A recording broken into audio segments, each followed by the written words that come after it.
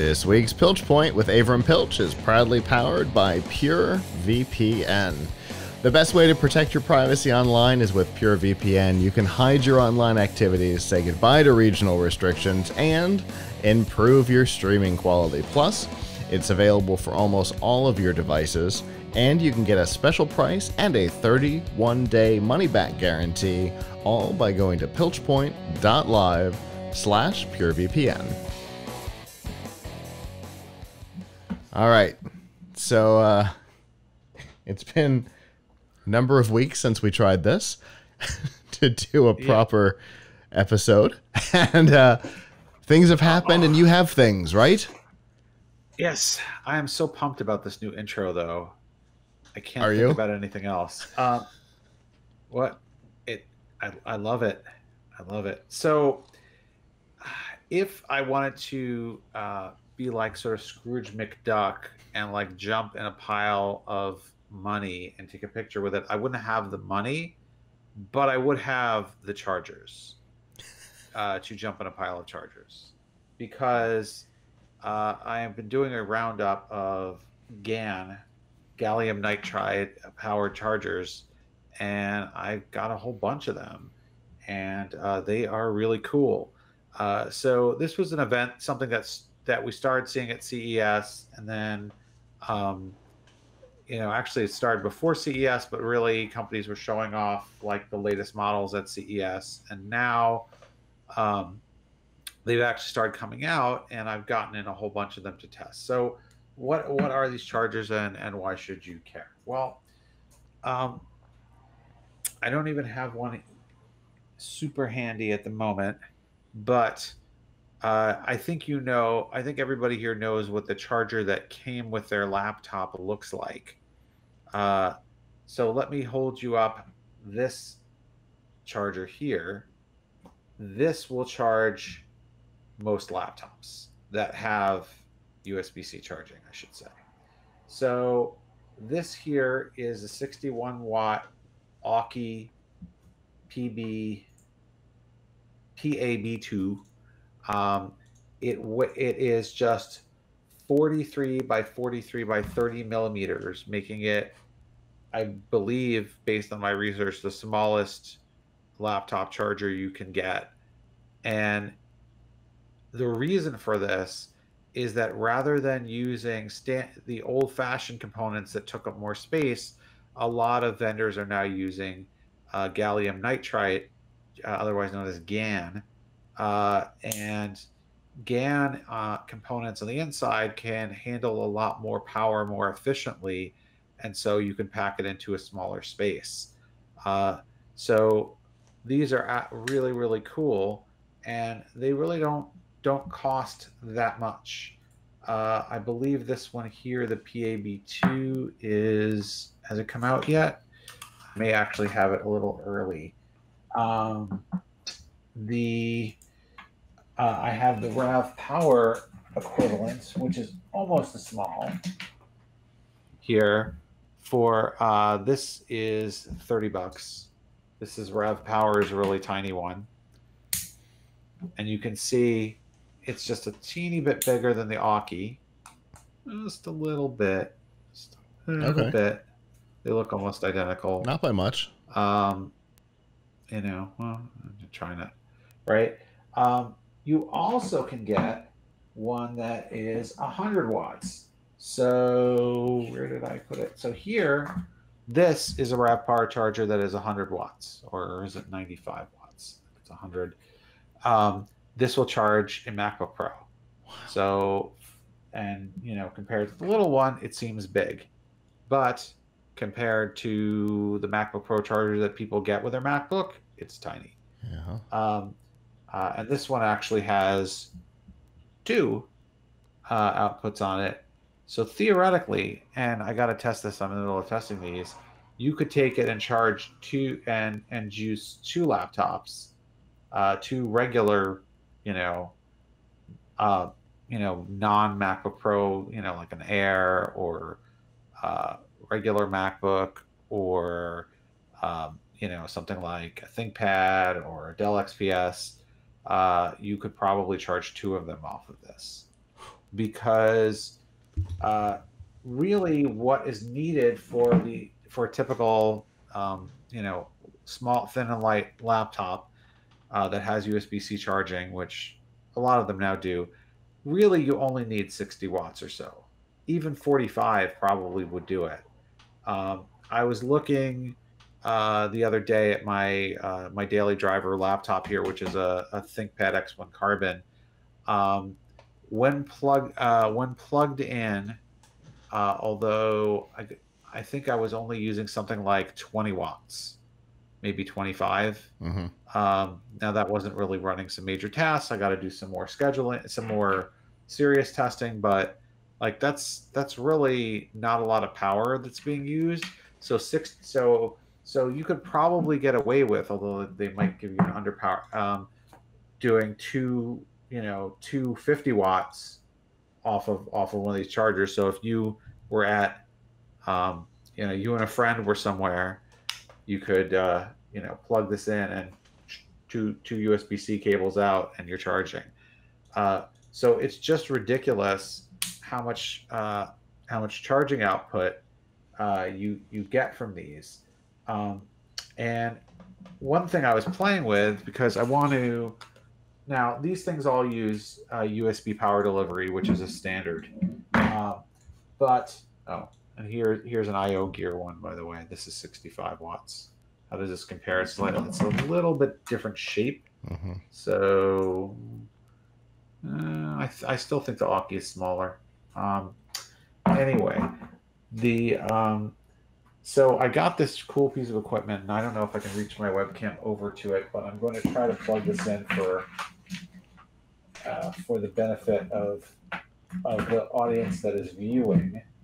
The audience that is listening, I will just tell you that what one can do that's kind of neat, is you can get something called a load tester, which I have gotten, and it will allow you to pretend to be a laptop or a phone, right?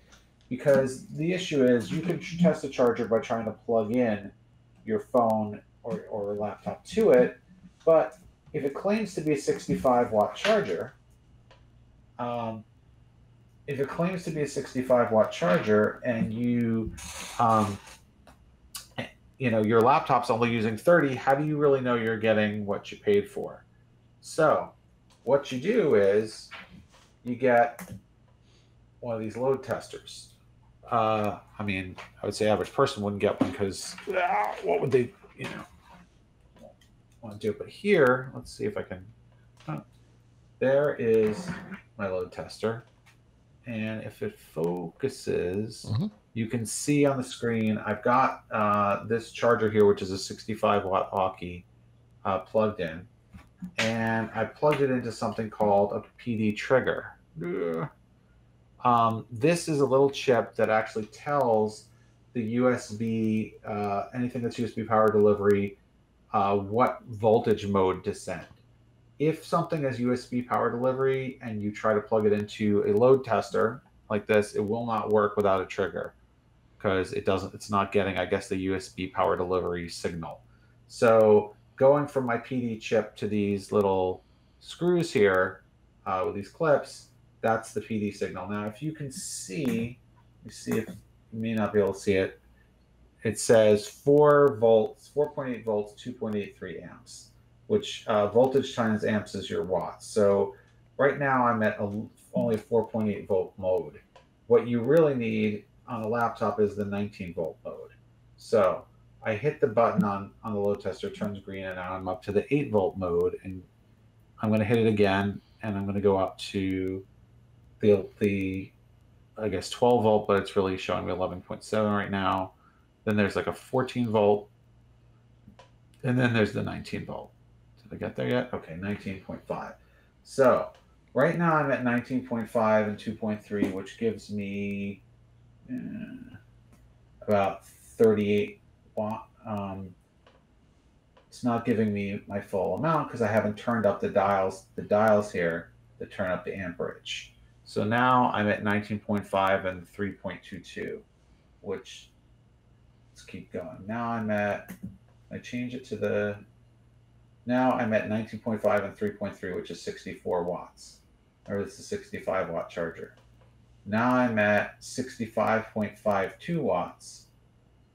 Now, if you reach a point where you get to too high a number, what happens, it's unfortunate that it goes through the whole menu when I just want it to like light up the backlight. So I can get up on this to 3.57 amps before it will basically go back to zero, which means that it shut itself off. That is 16. I don't know if you saw that. I just did it, but it was at 69 watts. Maybe you may not be able to see it because the camera's a little blurry, but it was at 69 watts when I had it at the best case scenario. So this was a 65 watt charger here. I've gotten back up to 19 volts again. Can you see? Yes. Yeah. Okay. Anyway, so I thought it was pretty cool to kind of play with power and see how much you're actually getting. The other interesting thing of note there is that the other interesting thing of note there is if you attach something, if you have a charger like this one that I was just testing, which also has another port. So this has one USB Type-C port and one Type-A, and this is the 65 watt, one of the 65 watt Alki chargers that I was just showing. If you use the Type-A port, like you're using it to power something else, like a phone or maybe a Raspberry Pi, then you don't get as much wattage from the primary port. You only get, I think, in my test, it looked like you were only getting I guess it depends on how much you're sucking out of the Type-A port, but certainly not additive. You can't get 69 watts out of the C and then get another 10 watts out of the A or whatever. Sure. But it's it's been interesting to see what you actually get. One of the things that's also kind of fascinating is you realize that it is delivering what it promised. In fact, it's over delivering what it promised. I'm going to go through all of these and make sure that they're delivering what they promised. On the other hand, 65, you probably don't need a full 65 watts or even 60 watts for most laptops that are USB-C charged. And if it's a MacBook Pro, which is the one that uses 100 watt, you probably want all 100, but I don't really have one here to say, hey, is it really using 90 or 85 most of the time? But whatever the case is, bottom line, getting one of these gallium nitride chargers like the Alki PAB2 or the slightly larger 65 watt PAB3, those are really going to save you a lot of space in your bag. They're going to save you a lot of I guess they plug right. One thing I like about them is they plug right into the wall. They're wall warts. It's not like a lot of the chargers where you've got a power brick, and then you've got a wire to the laptop, and you've got a wire to the from the charger to the wall. Here you've got this, and then you do have to get yourself a USB-C to C cable, which is maybe $5, right? And you can get a nice long one, and run that to the wall. So that to me is a really big advancement. Unfortunately, at this time of social distancing and not lack of business travel, it is not as exciting. It's technically exciting, but not as useful as it was. When I was pondering going to Taiwan and pondering going to Las Vegas for my business trips, there's no way I would take like my standard Lenovo charger now. I would completely leave that at home and take a couple of these. These are so small. I could carry 3 of them and use them for juggling tricks. And if I lost one, I have another now. And they're fairly cheap. Obviously, it almost goes without saying, but I'll say it. These also will charge your phone. These also will power other things that use USB Type C. So a tablet, um, a Raspberry Pi. Um, so they're good for a lot of things. The other one thing I will say though about the Raspberry Pi one, and I said I wouldn't do a presentation on Raspberry Pi, but I'm just mentioning as part of the chargers, okay, is that the official Raspberry Pi charger gives you 5.1 volts, and most of these I've tested are giving more like 4.9 volts. Now that seems to be okay. 5 volts is what's recommended for Raspberry Pi, but I think 4.9 is close enough. It does. I don't think it gives you an under voltage error unless you're like under 4.7. Um, but it's kind of interesting. I certainly find this power testing to be an interesting way to kind of see what you're actually getting when you plug your charger in. I'm also going to do the same with batteries. I certainly encourage people when they're buying a charging battery to look at what the amps and volts are that they're getting out of that. Mm-hmm. You know, because that could make a difference in whether they're quick charging or they could use to power something.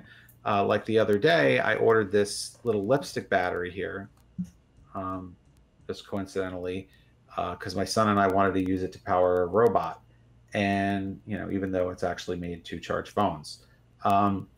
And this is a great deal. This is an Aukey charger that's like now it's like $7.99 with a coupon also, and it is a Type C charger, and it promises 3 amps of power. Most things deliver maybe most of the batteries are delivering maybe 1 amp, maybe 2 amps. 2.1 if you're lucky. So that means so 3 amps. 3 amps is good. 3 amps, I mean, 3 amps can very well power Raspberry Pi, but 3 amps will also give you should give you faster charging on your phone. And think of all the other things that are USB powered in your life. I mean, people have lamps and things like that, that they're powering with USB. Fans, all kinds of things. Yeah. So, I guess my point is look at the amperage. Don't just look at the milliamp hours of capacity. So anyway, we are doing a roundup on these. I expect to have it up in a few days, but there's a lot of testing to do.